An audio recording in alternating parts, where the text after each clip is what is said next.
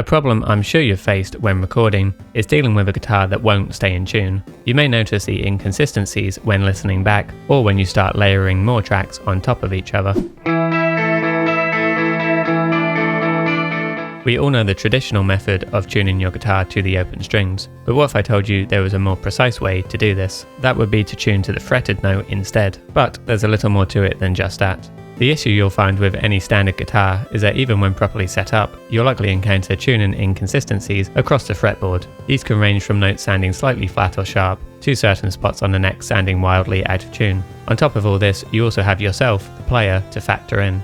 Depending on how hard or soft you pick, this will also affect the tuning consistency of the instrument.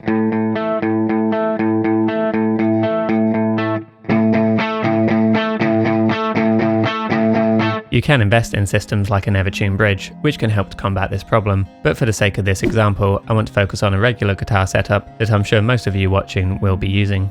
So why tune to the fret? Well, in most cases this will give you a more accurate sound because you can adjust for your playing style, finger pressure and more, all in real time. This method works great for any static or stationary part, which is when I recommend you to use this method over the traditional open string approach. And what I mean by a stationary part is anything when you're mostly staying around the same few frets, with very little movement in between. For example, say you were playing an arpeggiated part around the 12th fret. So here I'll use a D chord shape, playing the 12th on the G, 13th on the B, and 12th on the E string.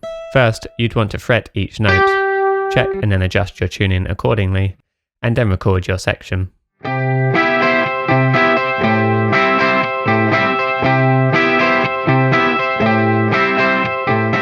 This really comes in handy when you're augmenting your recordings with synthesizers too. Because these are always perfectly in tune unless you've changed this yourself, any inconsistency in your live recordings is going to become much more apparent when doubled up with these perfectly in tune tracks. So again, using the same method as before, my guitar now doubles up nicely with this synth part with no discernible tuning inconsistencies present.